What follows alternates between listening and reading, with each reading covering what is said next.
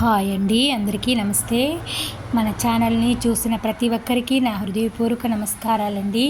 మన ఛానల్ని సబ్స్క్రైబ్ చేసుకున్న వాళ్ళందరికీ నా పేరున థ్యాంక్స్ అండి.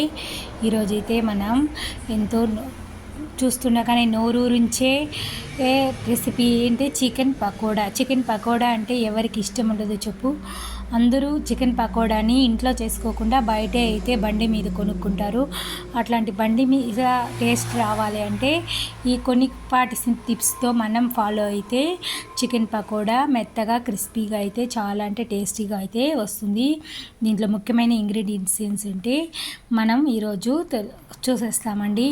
ఇంకా లేట్ ఎందుకైతే మనం వీడియోలోకి అయితే వెళ్ళిపోతామండి. ఇక్కడ నేనైతే 1 kg చికెన్ని 3 times సాల్ట్లో సాల్ట్ వేసి కడుక్కున్నామంటే నీసు వాసన లేకుండా ఉంటుంది. కడిగైతే ఉంచుకున్నాను. అందులో కలర్ పౌడర్ అయితే 1 చిటికెడు వేసుకొని, పసుపు, కారం, కట్ చేసుకున్న కొత్తిమీర అయితే వేసుకున్నాను. ఇప్పుడైతే కారం, గరం మసాలా, అలా ధనియాల పౌడర్ అయితే వేసుకొని ఇప్పుడు మనం కార్న్ఫ్లవర్ అయితే కొంచెంగా వేసుకోవాలండి. కార్న్ఫ్లవర్ అంటే ఒక గ్లాస్ అయితే వేసుకుంటే సరిపోతుంది. మైదా కూడా కొంచెం వేసుకోవాలి.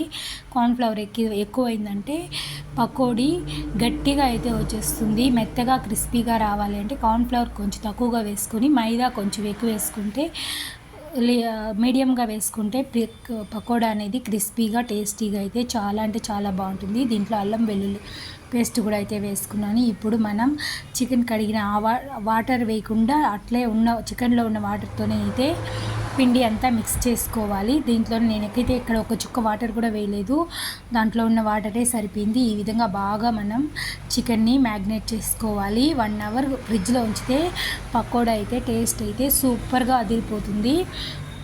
మనం పకోడాని ఫ్రిడ్జ్లో పెట్టుకుని డైరెక్ట్గా వేస్తే అయితే గట్టిగా ఉంటుంది. ఫ్రిడ్జ్లో కొంతసేపు ఉంచితే చికెన్కి ఉప్పు, కారం, మసాలా అంతా బాగా పట్టి చికెన్ అయితే టేస్టీ వేరే లెవెల్లో ఉంటుంది. అంత టేస్టీగా ఉంటుంది ఈ చికెన్ పకోడా. ఇప్పుడైతే మనం గంట సేపు ఫ్రిడ్జ్లో ఉంచుకున్న తర్వాత మనం బాండాలి పెట్టి ఆయిల్ వేడెక్కిన తర్వాత మీడియం సైజులో ఉంచుకొని ఫుల్ సైజులో పెడితే చికెన్ అయితే కలర్ మారిపోతుంది, లోపలైతే ఫ్రై అవ్వదు. మీడియం సైజులో పెట్టుకొని మనం వేయించుకోవాలి. దీనికి ఇనుప కడాయి అయితేనే టేస్ట్ అయితే సూపర్గా ఉంటుంది.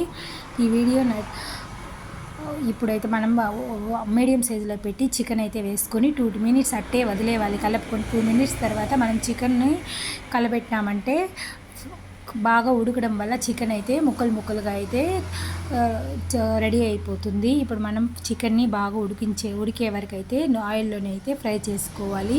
ఇప్పుడైతే మనకు బాగా ఒక 5 minutes 10 minutes బాగా వేగిన తర్వాత మన చికెన్ ఫ్రై అయితే రెడీ అయిపోతుంది. తీసి సర్వ్ చేసుకోవడమే.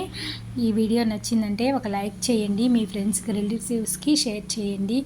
మరిన్ని మంచి వీడియోల కోసం మన ఛానల్ని సబ్స్క్రైబ్ చేసుకోండి. Thank you for watching. ఇప్పుడైతే మనం చికెన్ పకోడాని జల్లెళ్ళు అయితే ఆయిల్ అంతా పీల్చేసి జల్లెళ్ళు అయితే సర్వ్ చేసుకుంటే మనకు చికెన్ పకోడా అయితే రెడీ అయిపోతుంది.